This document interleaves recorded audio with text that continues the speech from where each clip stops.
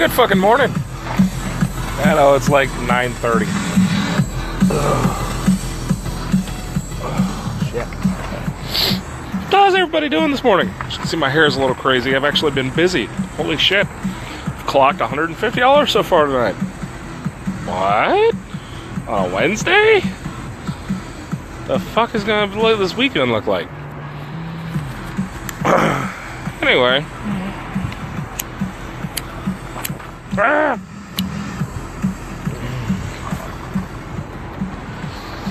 Tonight we're going to talk about just some ramblings, some musings, and some automotive news. Really don't have a review this evening, although I did post a video. Jesus Christ, I'm posting a video right now. Posted a picture earlier this afternoon of something that terrified me. You see on the back of a brand new 2017 Chevrolet Corvette student driver. Okay, haha, real funny. As you pull up next to him, look in the vent, it's got 2 steering wheels. And somebody's actually teaching this guy how to drive. Holy shit.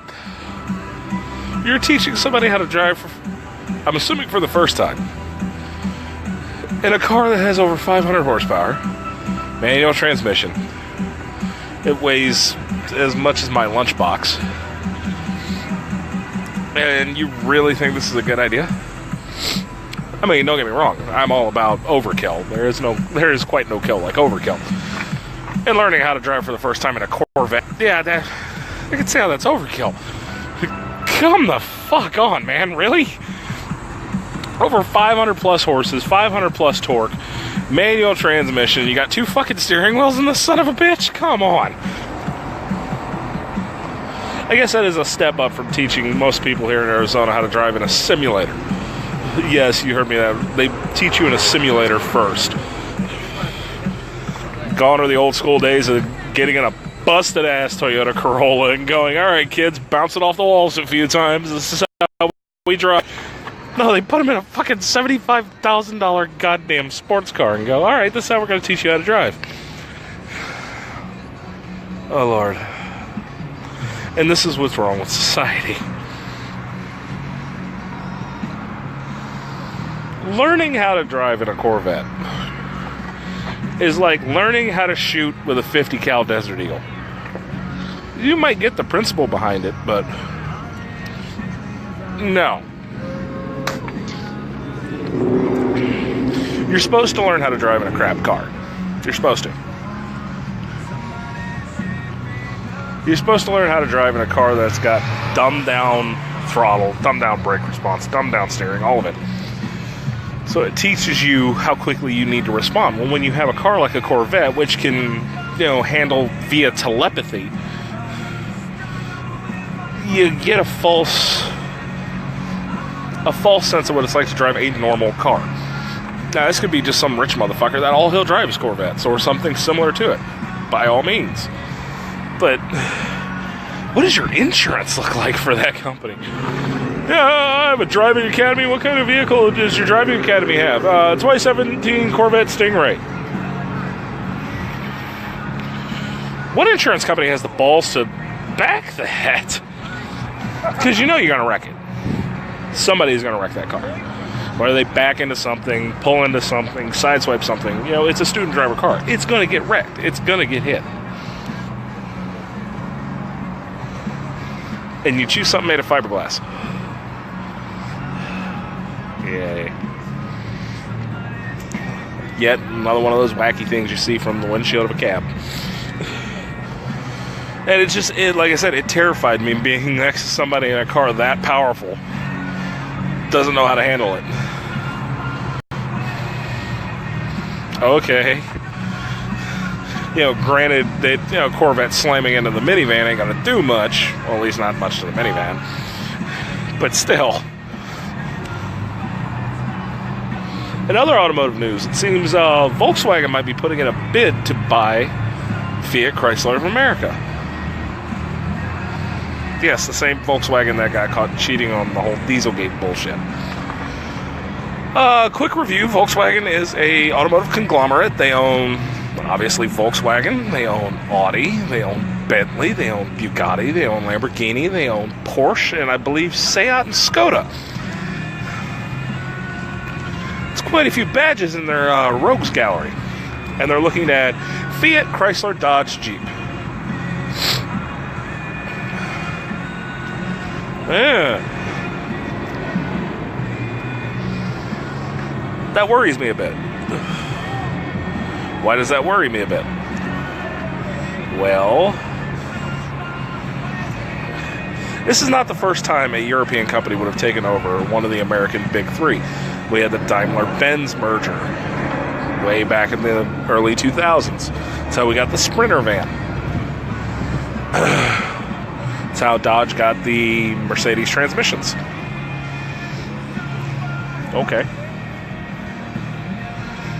But a company that just had to pay billions because of a diesel fuck-up is buying another company that just got caught cheating on the diesel scam too. I mean, it makes sense. If anything, they'd be buying it. They would be buying Fiat Chrysler, I guess, to protect themselves more than anything, make sure that they can stay in the American market. But what does that mean for Dodge, Chrysler, Jeep? Well, something tells me we won't see any toned down Dodge engines, which is my biggest fear. That would be my biggest fear. Because they own companies like Bugatti, which makes the fastest production car on the planet, and Lamborghini, which, you know, if you want to see insanity in the automotive world, just look at any Lamborghini. They're all nuts. Every Lamborghini's fucking nutty.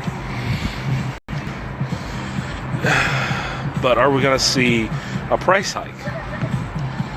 Because, you know, they might decide to change out some of the Chrysler guts and Volkswagen guts, which, again, isn't bad. When Volkswagen bought Audi and Lamborghini was famous for having the worst air conditioning on the planet. It was basically, to steal a line from Jeremy Clarkson, it was basically an asthmatic sitting in the dash blowing at you through a straw.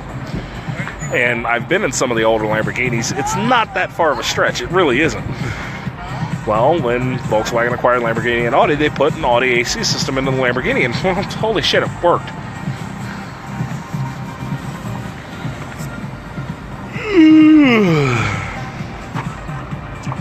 Could we see Chrysler, Dodge, Jeep start getting a little bit of Volkswagen reliability? Well, probably. Is that a good thing? Well, yes. But I'm worried that if it does happen, that Dodge and Jeep and Chrysler will lose a little bit of their personality. And like I said, they're one of the very few companies that still keeps their personality. They don't make cars to blend in with one another. I'm worried that we'll see some of that European uniformity come across their line. You know, this year's the last year they made the Dodge Dart. This year's the last year they'll make the Grand Caravan. So we're going to see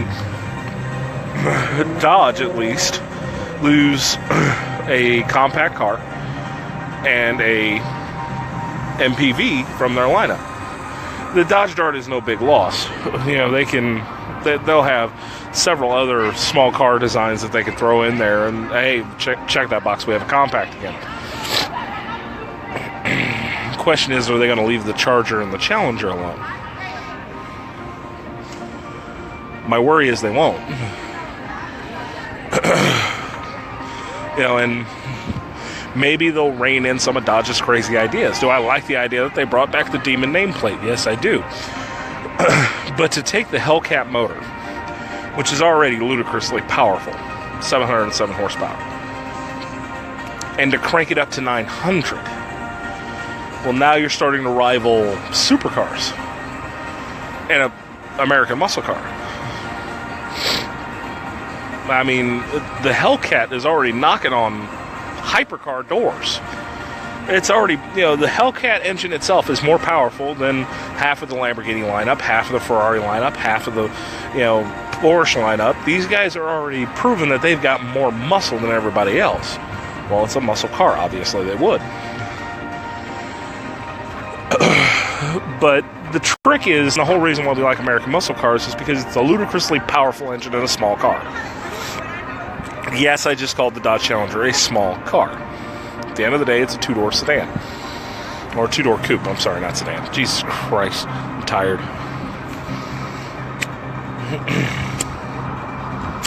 Light, motherfucker.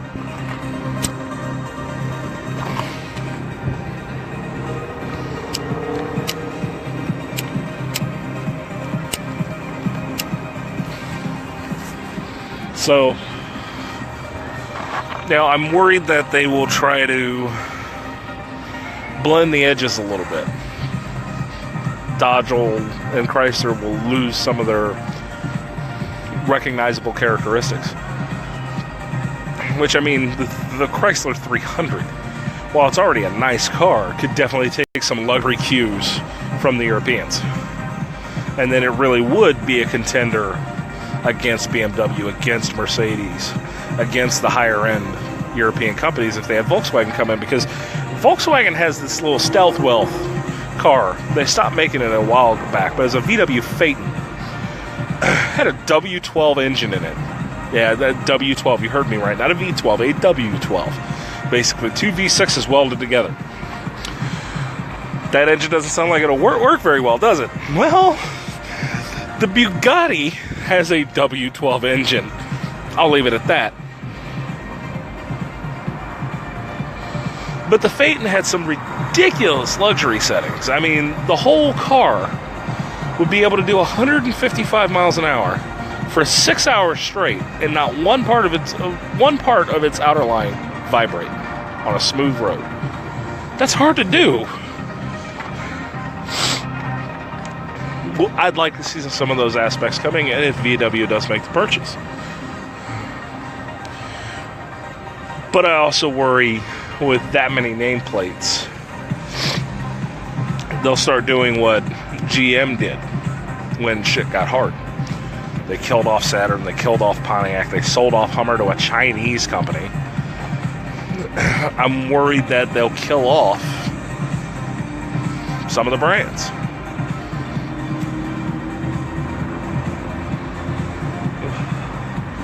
It would quite possibly we finally see the death of Chrysler.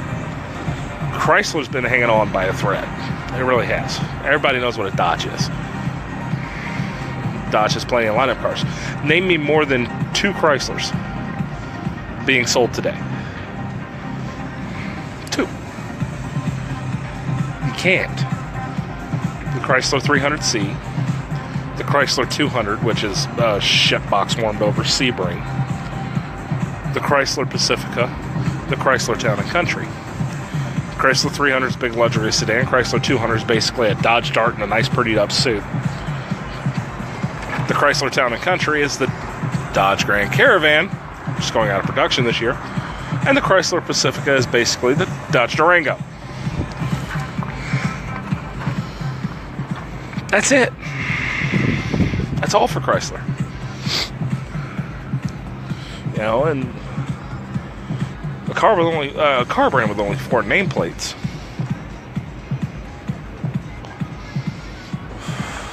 Jeep got away with it for so long because Jeeps are iconic.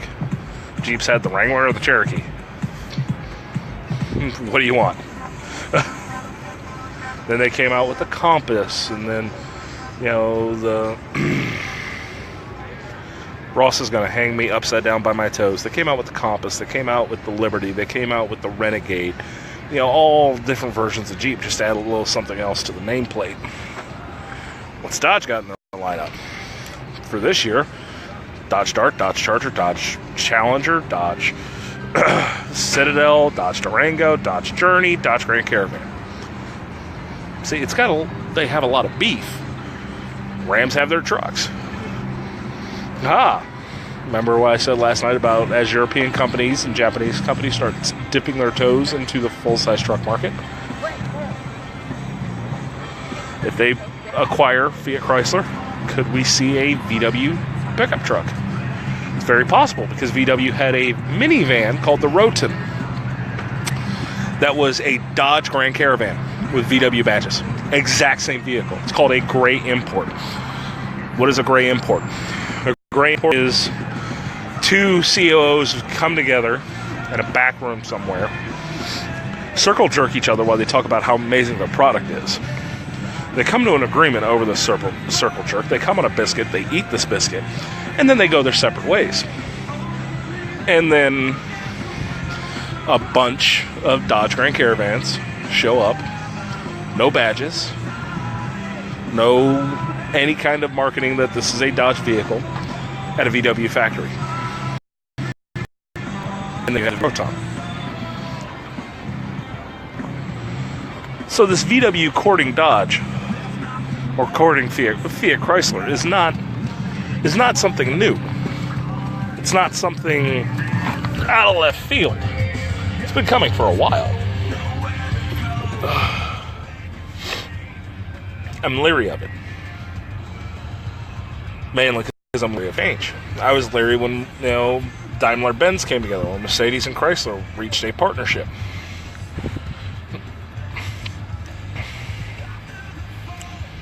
Some good changes came out of that. Some bad changes came out of that.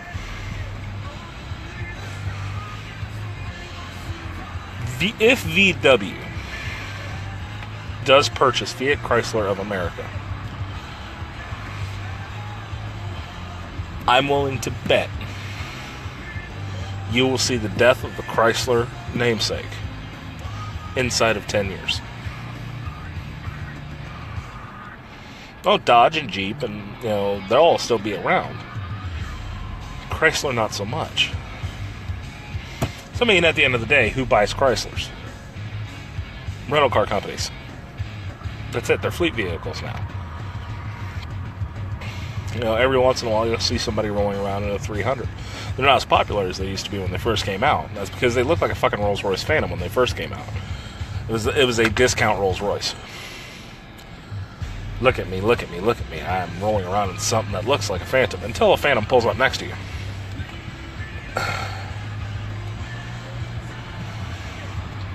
We could possibly see, if this purchase goes through, we could possibly see a Volkswagen full-size truck inside of the next 5 to 10 years. That'll look suspiciously like a Ram.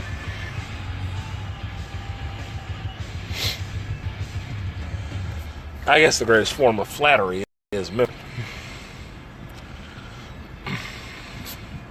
But like I said, I'm worried that with this purchase, the Dodge lineup, the Jeep lineup will lose some of its character, some of its flair.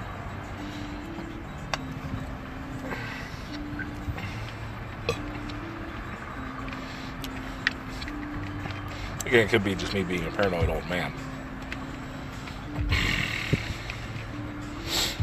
But Chrysler's been on the ropes ever since Lee Iacocca left the company.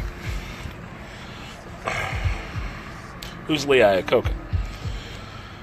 Lee Iacocca is the person that when Chrysler was circling the drain, they brought in and said, save us. And he was basically responsible for the K-car platform. Companies will use letterings to call their cars like a B-body. Chevrolet has the B-body platform, and there is a shit ton of cars built on the B-body platform. Well, Lee Iacocca did the same thing with the K-car. You had the Chrysler New Yorker, you had the LeBaron, all sorts of different cars built on this platform. All with different levels of gaudiness.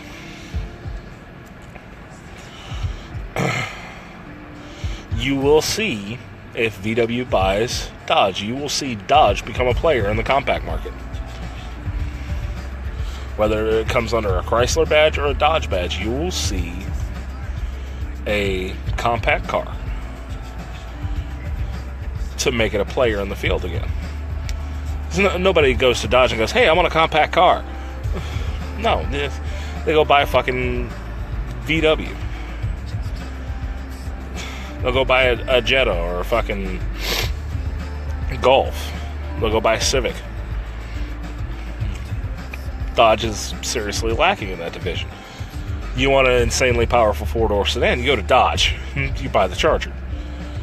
You want a 2-door sports coupe that's going to blow the doors off anything that lines up next to it, you go to Dodge. You go buy the Hellcat.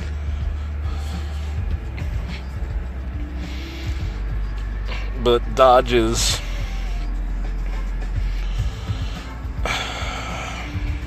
I almost feel like, and again, this is coming from a diehard Dodge guy, that Chrysler and Dodge are becoming relics of what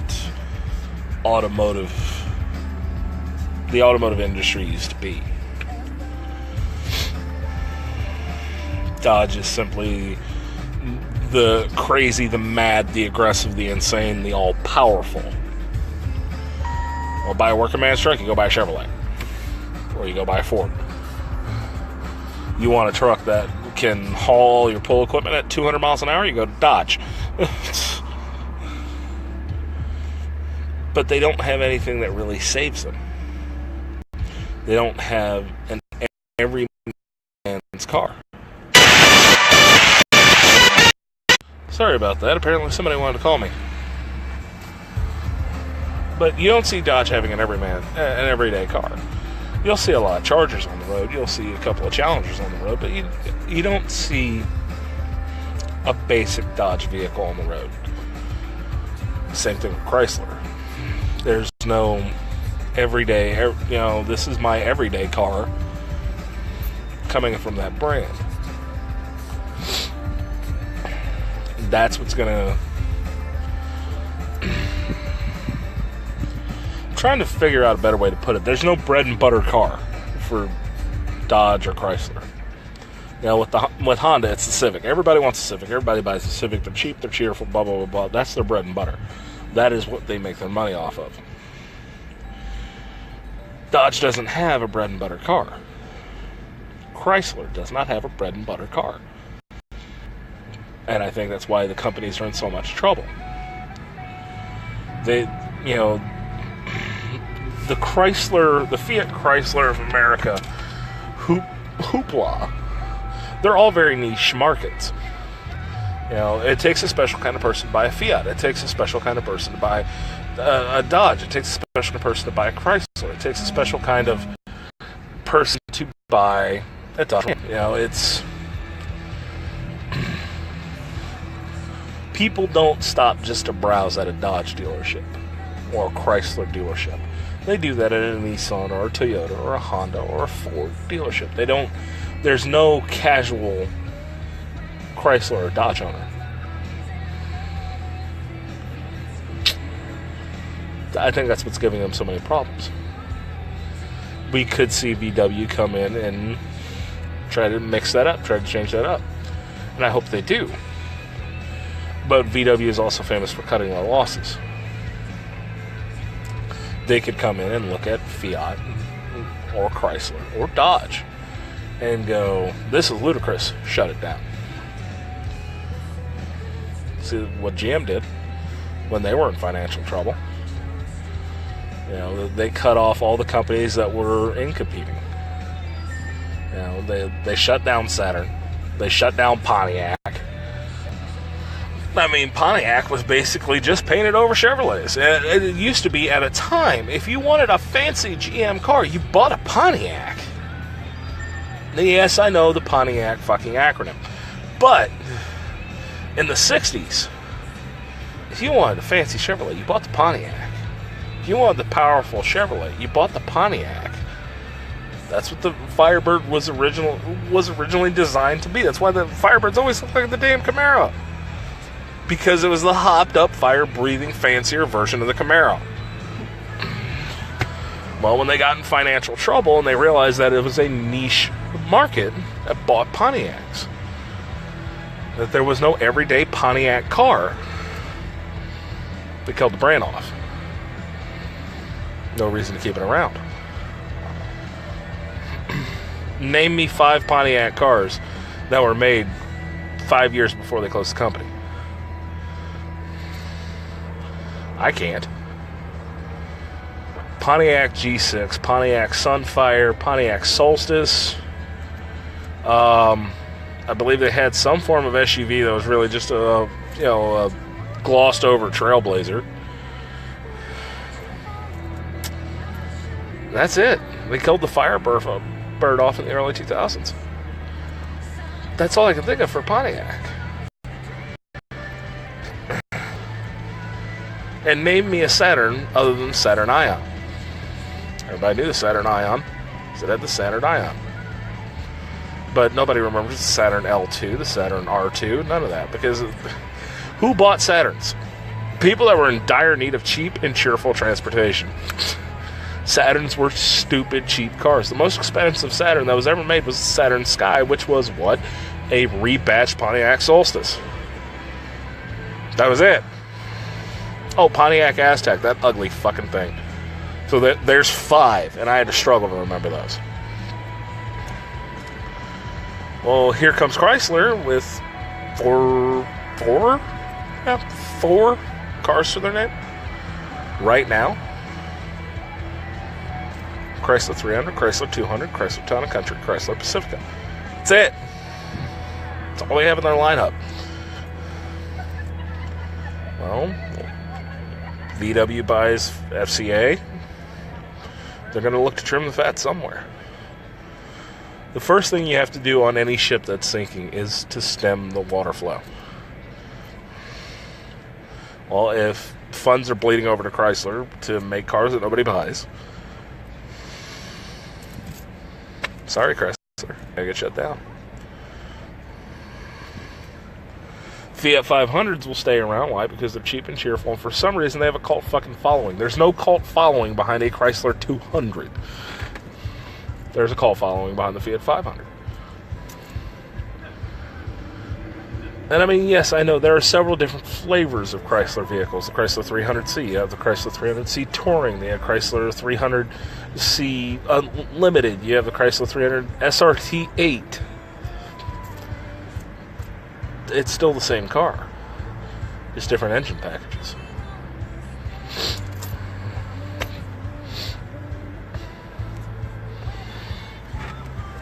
You know, I have a feeling we'll see a lot more gray imports come along.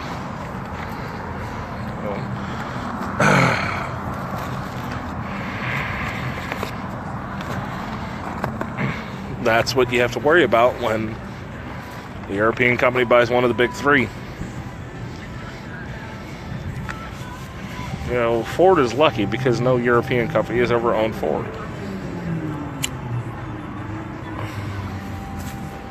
A lot of people don't realize this, but General Motors, GM, they have a 50-50 partnership with an Australian company called Holden.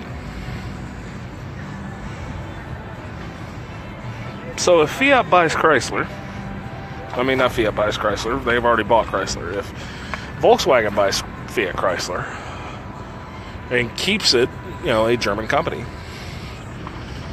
the last American-owned, mass-produced car company will be Ford. That hurts a bit.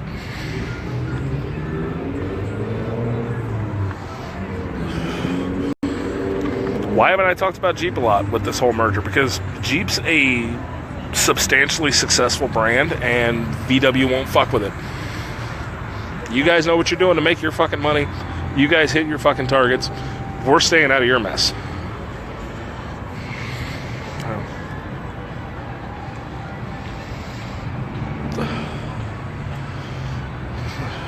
They'll stick their nose in with Ram. Like I said, you'll probably see a VW full-size pickup come along. Which, Volkswagen truck, they had one a long time ago. It's called the Rabbit. It's a little pup truck. They had one a lot longer back behind that. It was called the VW Single and Double Cab. It was basically a VW bus cut off either behind the driver's seat or, behind the first passenger seats. It had a bed on the back. While those trucks have hit cult status, a new VW truck, I don't see it doing the same.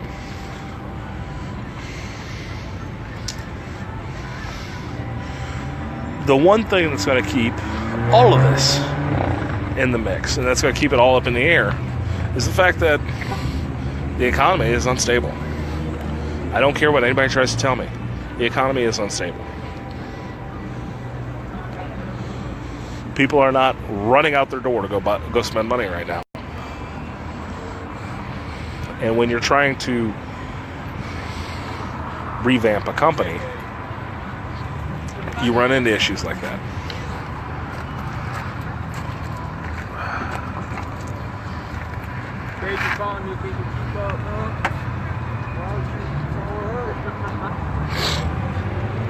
You're going to run into problems like that. They're going to have to come up with something innovative to keep the company going.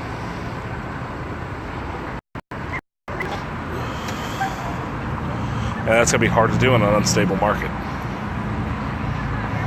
Nobody really wants to spend money right now. Everybody's still holding their breath. The economy is still holding its breath. So if VW buys Chrysler, essentially to save themselves,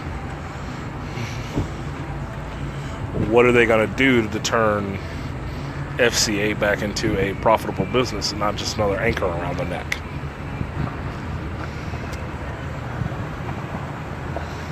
The next 6 months are going to be interesting to watch. So, and if VW does buy Chrysler, go out and buy a Chrysler. Go buy a Chrysler 300 and sit on it,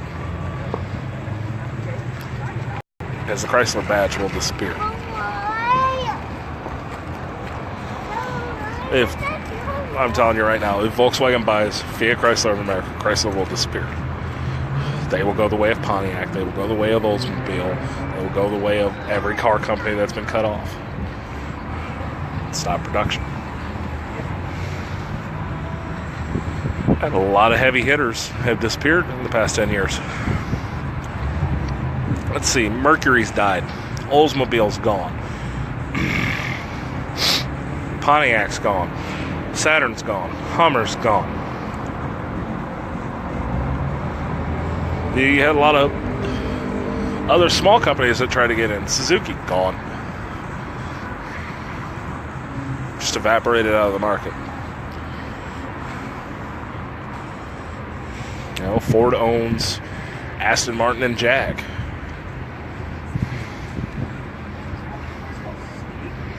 You don't see too many Aston Martins and Jags driving around anymore, though, do you?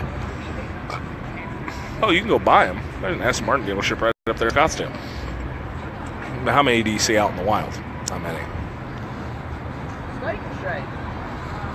And now that I'm thinking about it, I'm in a major thoroughfare and I'm not seeing any Chryslers at all.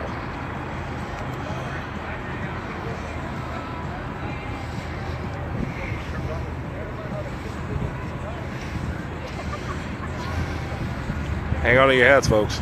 It'll be an interesting ride in the automotive world. Y'all have a good night.